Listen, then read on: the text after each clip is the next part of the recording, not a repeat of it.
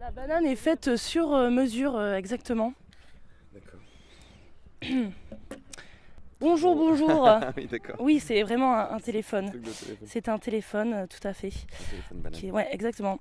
Bonjour Cyril, est-ce que tu aimes les bananes? J'adore les bananes, et les bananes téléphones encore plus. Est-ce qu'il y a des bananes locales? Oui, dans les pays où poussent les bananes. D'accord, oui, dans les localités là. Alors, est-ce que tu peux nous dire, nous dire, comment tu es devenu un petit colibri? Quelle a été toi ta prise de conscience quand tu es devenu animal? C'était très progressif, hein. Mm. C'est-à-dire que c'était pas du jour au lendemain. Mais je crois que ça a commencé quand j'ai fait de la médecine naturelle. La médecine naturelle. Ouais, j'ai fait une formation de réflexologie plantaire, figure-toi. À un moment où ma chérie avait des problèmes de santé, on ne trouvait pas de solution avec la médecine normale. Et en étudiant la médecine naturelle, j'ai commencé à comprendre ce que c'était qu'un écosystème. Un système où tout est lié, où tout est interdépendant et où tu ne peux pas t'occuper simplement des symptômes, mais où tu es obligé de comprendre comment tout le système fonctionne. Et puis voilà, j'ai fait ça. Après, j'ai organisé des congrès israélo-palestiniens par un hasard de la vie, parce que j'ai rencontré quelqu'un qui organisait ça et que moi j'aimais bien l'aventure. Et puis après, des congrès d'imams et de rabbins pour la paix. Et à cette occasion-là, dans cette fondation qui s'appelait Homme de Parole, j'ai eu l'occasion de rencontrer Pierre Rabhi, parce qu'on faisait un livre sur les candidats aux élections en 2002. Ok. Et lui était une sorte d'extraterrestre de ça. C'est-à-dire qu'il y avait tous les candidats qui parlaient du chômage, des trucs normaux. Puis lui, il disait des trucs du genre en fait, la société, c'est comme la main. Tous les doigts sont d'une taille différente, mais ça fait un ensemble cohérent. Et je le regardais avec ses bretelles et ses sandales et je me dis, mais qui est cet homme? Qu'est-ce que c'est? Et Et voilà. alors, quels ont été les premiers échanges avec Pierre Rabhi? Eh ben écoute, c'était fin 2006 quand on m'a proposé de créer un mouvement autour de ces idées. Et il m'expliquait ce qu'il voulait faire. Donc il me disait qu'il voulait faire une fédération de conscience pour un nouveau projet de société. Ça me paraissait un peu vague comme C'est ambition. joli, fédération de conscience. C'était très joli, très poétique, très philosophique, mais je voyais pas tout de suite très bien ce que ça allait consister, en quoi ça allait consister mon travail. Et voilà, et donc on a creusé ça. Et c'est vraiment quelqu'un dont j'ai beaucoup appris. Je crois qu'il a fait plus pour ma culture écologique que n'importe quel autre être humain sur cette planète, ça c'est sûr. Est-ce que tu as une anecdote à raconter sur lui? J'aurais sûrement plein d'anecdotes, mais quelle anecdote? Un dossier sur Pierre Rabhi. Un gros dossier. Pierre, à une époque, il s'endormait au volant parce qu'il faisait tellement de conférences. À une époque, il faisait plus de 50 conférences par an. Et il prenait tout seul sa petite voiture. Et bon, il a 78 ans maintenant, Pierre, quand même. Et un jour, il s'est endormi totalement en roulant. Et sa voiture a fait des tonneaux dans les vignes. Et donc, on a quand même. Enfin, on a eu peur à rebours parce qu'on n'a pas vu sur le coup. Mais qui disait qu'il était allé dans les vignes du Seigneur, mais que comme son dossier était en bas de la pile, on lui avait laissé encore un petit peu de temps. Ok. Et il s'en est sorti indemne, sans une égratignure, ce qui était quand même complètement fou. Donc on peut croire qu'il y a quelque chose qui protège Pierre Rabhi quelque part. Ok. Et pour toi, tu le vois comme ton père spirituel, comme ton frère, comme ton fils? Non, je le vois comme un ami et comme quelqu'un qui m'a beaucoup appris, ouais, qui m'a beaucoup influencé. Mais un père spirituel, j'adore pas ce mot-là en Ouais, fait. je comprends. Le film que tu as co-réalisé avec Mélanie Laurent, qui s'appelle Demain, a eu un super accueil, qu'on se le dise. Bien, ouais. Alors, comment tu expliques pourquoi le film Demain est arrivé aujourd'hui? Tout ça pour dire que ma question est, peux-tu me dire ta conception de l'évolution des mentalités? Pourquoi aujourd'hui, le film Demain est arrivé au bon moment? Mais parce que ça fait des années qu'on parle de ça. Enfin, le premier sommet pour la Terre, c'est 1992, je crois. Donc ça fait déjà 24 ans. Il y a eu énormément de campagnes d'ONG.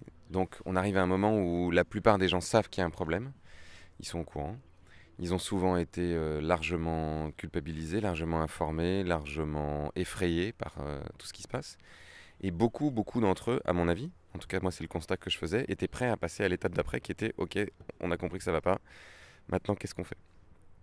Et le film Demain propose ça, de montrer des alternatives, de montrer aussi une autre vision du monde. Et je pense que le film arrive aussi à un moment où il y a une sorte de ras-le-bol du monde politique, où il y a un sentiment que les responsables politiques à la fois ne proposent pas des solutions à la hauteur des problèmes, et qui sont parfois un peu plus intéressés par leur carrière personnelle ou par leur réélection que par l'intérêt général et les vrais sujets. Donc on manque d'une vision qui nous tire, qui nous donne envie de faire de la politique, entre guillemets, au bon sens du terme.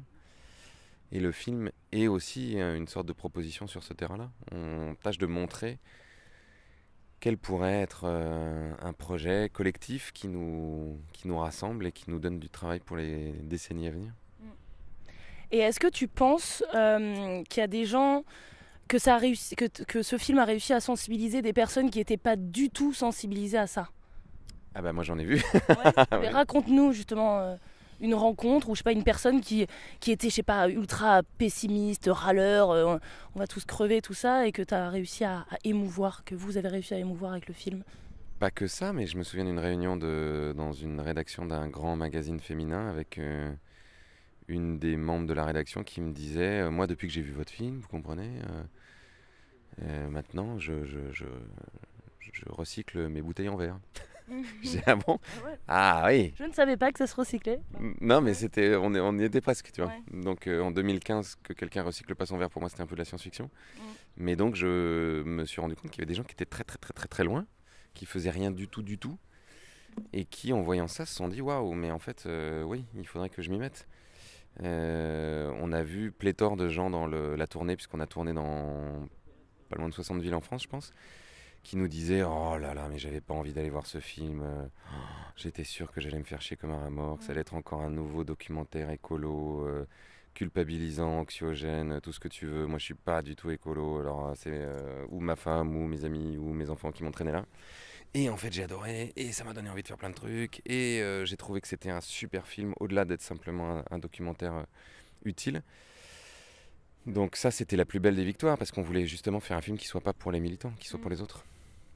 Il y a un vrai problème, je trouve, aujourd'hui sur le terme écolo, qui est vraiment victime comment dire, d'une image de trop militant, et donc les gens, limite, ça fait un effet inverse. Ah bah c'est sûr, ouais, ils ont envie même de s'enfuir en courant ou de se moquer et ça c'est vraiment une erreur d'avoir complètement décalé en fait l'écologie pour faire en sorte qu'on ait l'impression que ça soit un sujet à part dans la société. C'est pas un sujet à part, c'est un sujet qui concerne tout le monde. J'ai un parapluie moi si tu veux. T'as un parapluie? Tu veux que j'aille C'est vrai? Ouais. On est sous la pluie. Qu'est-ce que tu penses de la Haute-Goulaine? La Haute-Goulaine c'est là où on est. Ouais. Ouais. C'est humide quand même. Hein. Humide. Ouais. C'est-à-dire que quand on aime bien les escargots, c'est chouette. C'est vrai que c'est bien. Ou les grenouilles. J'ai lu que qu'on t'avait proposé de t'investir dans la politique et que tu as refusé. Oui, enfin ce qu'on m'a proposé, je l'ai refusé. Ouais. Mm. Est-ce que c'est pas des gens comme toi justement qui pourraient nous permettre de rêver d'une nouvelle politique? Parce que moi j'ai du mal à rêver de la politique. Ben, je sais pas, moi je fais des films Ouais. et c'est bien. C'est vrai. Bon, ok, j'accepte. Je fais des films pour donner envie à des gens c'est de faire vrai. de la politique. Quel est le pouvoir de l'imaginaire? C'est une question de philo du bac ou un truc comme ça. Ouais. Moi, je pense que l'imaginaire a un pouvoir immense et je pense qu'on commence toujours par imaginer les choses avant de les faire. On a d'abord imaginé qu'on allait aller sur la Lune ou dans l'espace avant de se donner les moyens de le faire. Donc je crois que changer d'imaginaire, c'est la première étape. Et que si notre imaginaire change, si l'imaginaire collectif devient complètement différent de ce qu'on connaît aujourd'hui, la société va mécaniquement changer. Quelle est la société de ton imaginaire, de tes rêves? De ta rêve. Ouais. Une société où tout le monde pourrait faire ce qui lui plaît, faire ce qui l'éclate, faire ce qui le passionne. Que ce qui le passionne soit à la fois quelque chose qui serve aux autres, qui soit utile, et qu'on arrive à... Enfin, c'est un rêve super basique, hein, et super bateau, et super cucu, un peu, qui fait un peu Imagine de John Lennon, mais c'est qu'on arrive à vivre sur cette planète à peu près en paix, en étant tous capables de nous épanouir, de répondre à nos besoins, et de faire suffisamment attention à la nature autour de nous pour que ça ne nous retombe pas sur le bout du nez. Quelle a été ta plus belle rencontre pendant le film? Il y en a eu plein de super belles rencontres. Il y a plein de gens que moi j'adore. Tony et Elise, qui sont les deux scientifiques au départ, qui nous annoncent que c'est la fin du monde. Ça a été certainement une des plus belles rencontres. On a vraiment adoré le moment qu'on a passé avec eux, où ils nous ont fait faire les montagnes russes entre c'est terrible, on va tous mourir, mais non, en fait on peut s'en sortir, mais oui, mais comment on peut faire, enfin, c'était sur le campus de Stanford en Californie, dans une lumière de fin du jour magnifique.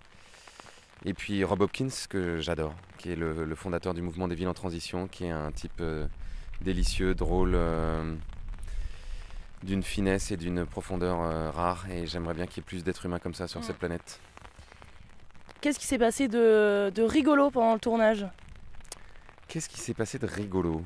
Vous êtes marré, j'espère, quand même. Ah oui, on s'est marré, on s'est engueulé, on a pleuré, on était fatigués. Il y a des choses qui nous ont fait rire après coup, mais par exemple des grosses bagarres qui nous ont fait rire après coup. Bagarre entre vous? Ouais. Et puis, non, ce qui a été rigolo, c'est la façon dont on s'est fait accueillir à Détroit. Où nous, on arrivait la gueule enfarinée en se disant les gens vont être tellement contents qu'on vienne les filmer. Et qui nous disons dit ah mais non, mais nous, on n'a pas que ça à faire, en fait, on a des légumes à cultiver, donc vous dégagez. Et puis, et donc on a ri nerveusement là, plutôt. Et après, on a dû passer quand même beaucoup de temps pour leur expliquer ce qu'était le film, qui on était, pourquoi ça allait être un peu différent. Et finalement, ils ont fini par accepter, mais ça a été dur. Toi, quel colibri es-tu? Qu'est-ce que tu fais, toi, tous les jours? Qu'est-ce que tu fais tous les jours? Je mange, je vais aux toilettes, c'est bien. je me lave. Non, mais quelles initiatives tu fais? T'as compris? Quels sont tes conseils? Je suis devenu végétarien après le film, il y a presque 2 ans maintenant. Enfin, c'est pas trop dur? 1 an et demi. C'est pas trop dur, non. C'est un peu dur parfois, il y a que quelques trucs moi qui me manquent, la charcuterie notamment. Mais t'en rêves ou pas? J'en rêve pas, non. Parfois quand je vois mes enfants manger, c'est un peu difficile. Et ça, c'est un des trucs qui peut avoir le plus d'impact de tout ce qu'on peut faire. Manger moins de viande et en manger plutôt bio, local. On va bientôt manger des insectes de toute façon. Oui, j'ai été à un festival où il y avait un documentaire là-dessus, sur manger les bugs d'un Danois. Et sinon, je fais plein de trucs. Écoute, j'achète presque tout bio, un maximum local. J'ai des copains qui sont maraîchers, d'autres qui sont paysans boulangers dans le secteur où j'habite et qui vendent sur le marché. Ça, c'est cool. J'ai une maison qui est très bien isolée, donc qui consomme peu. Je recycle, je composte. J'ai 2 composts dans mon jardin. Et j'ai un petit jardin potager en face, qu'on a fait dans la maison de retraite qui est en face de chez nous avec nos voisins. Je me déplace surtout en train et en vélo. J'achète des détergents, des cosmétiques et des vêtements plutôt bio, donc les vêtements en coton bio. J'essaie de ne pas acheter n'importe quoi. C'est pas mal. Et puis j'essaie de faire un métier surtout qui m'éclate et qui est utile. J'essaie de faire en sorte que ce que je fais toute la journée à la fois soit conforme avec mes valeurs et puis serve à quelque chose. Quel est ton projet, tes prochains projets? Eh ben, je suis en train de finir un roman et je suis en train d'écrire... Celui-là, tu vas réussir? J'espère. Non mais j'ai réussi, les autres mais ils étaient pourris, c'est ça le problème. Je les ai pas lus. Non, heureusement que tu les as pas lus. T'écris sur quoi? Là, le roman que je fais, c'est un roman choral de 3 personnages. Sur la chorale? Non, un roman choral, ça veut dire que c'est... Reconversion de Cyril Dion. C'est 3 personnages, 3 histoires de personnages en même temps. Ça s'appelle choral, ça? Non, oui, ça s'appelle un roman choral. Ça peut être un film choral aussi. Tu vois, un film comme Magnolia, par exemple, où tu as plein d'histoires différentes qui s'entremêlent, ou Crash. D'accord. Là, c'est des films chorales. Et je suis en train d'écrire un autre film qui va être une sorte de suite de demain, qui sera une fiction et qui parle de révolution, qui essaie de raconter, d'imaginer comment il pourrait y avoir une révolution dans les 20 ans qui viennent et à quoi elle pourrait ressembler. Et on peut pas en savoir plus? Il n'est pas écrit encore. Ah ouais, il est pas écrit, d'accord. C'est feuille blanche? Ah non, pas feuille blanche. Mais si je commence à tout raconter maintenant, c'est pas drôle. C'est pas drôle. Ça donnera pas envie aux gens d'aller voir le film. Tu veux nous parler de quoi d'autre? Tu voudrais qu'on parle de la pluie? Je sais pas, ouais. Elle tombe assez fort, hein, quand même. Ouais. Ou des bananes? Qu'est-ce qu'on peut parler? Des bananes mouillées. Tu veux parler des bananes? Non. Tu préfères quoi comme banane? Je t'avoue que j'ai pas mangé 50 milliards de bananes différentes, mais... Alors, quel est ton secret pour être heureux tous les jours? Je suis pas heureux tout le temps, mais je suis heureux un peu tous les jours, c'est vrai. Bah, c'est de faire des choses qui me passionnent et de faire des choses qui me nourrissent. Il faut toujours avoir un petit moment dans sa journée où on fait quelque chose pour soi qui nous fait très très très très très plaisir. Ça peut être écouter de la musique, ça peut être, je peux regarder un film, ça peut être faire l'amour avec son ou sa chérie, ça peut être passer un moment avec ses enfants, ça peut être marcher dans la nature, ça peut être boire des coups avec ses copains. Et surtout, il faut jamais renoncer à ses rêves. Ça, c'est, je pense, j'adore la phrase de, je crois que c'est d'Oscar Wilde qui dit: la sagesse, c'est d'avoir des rêves assez grands pour ne jamais les perdre de vue quand on les poursuit. Et je crois que c'est vrai. Et on est trop souvent amené à se dire que c'est pas possible, qu'on rêve de ça, mais qu'on peut pas. Et moi, je pense qu'il faut faire tout le contraire. Qu'il faut se dire qu'on peut et qu'il faut le faire. Moi, ça me déprime aussi les gens qui perdent leurs rêves comme ça. Bah, Mais comment on fait pour les réconcilier avec le rêve? bah, je sais pas, il doit y avoir un milliard de façons différentes en fonction des personnes, mais moi j'aime bien demander aux gens: si vous aviez 20 millions d'euros sur votre compte en banque et que vous n'aviez plus jamais besoin de travailler, qu'est-ce que vous feriez? Et de leur dire: bah, je pense que la réponse à cette question, c'est ce que vous devriez faire maintenant. Et si la réponse à cette question, c'est ce que vous faites déjà, génial. Bon. Il y a des chances que vous soyez déjà heureux. Toi, ton rêve, c'est? Mon rêve, c'est de pouvoir continuer à faire ce que je fais, de ne jamais avoir besoin de travailler pour gagner de l'argent, mais de travailler simplement ou d'exercer une activité parce que ça m'épanouit, parce que ça sert à quelque chose et parce que c'est utile, ouais. Très bien. Tu veux rajouter un dernier message Non. d'amour? Non. Merci beaucoup, Cyril. Et merci à pour toi. ton parapluie. Bah Et oui, bonne on a eu la continuation. chance de l'avoir. Tu estimes à la sortie de ton prochain film le scénario optimiste? Le scénario optimiste serait dans 2 ans et demi? 2 ans et demi. On peut pas savoir le nom, j'imagine? Mais non, parce qu'il n'a Pas pas de de nom nom. encore. Tu le fais tout seul? Tu peux pas faire un film tout seul. Non, c'est impossible.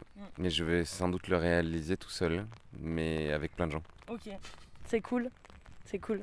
Ça sera aussi en mode vadrouille dans le monde ou pas? Non, ça sera a priori en France. En Haute-Goulaine? C'est pas encore certain. C'est super ici comme cadre. C'est en discussion. Voilà, c'est en discussion. Merci beaucoup. Avec plaisir.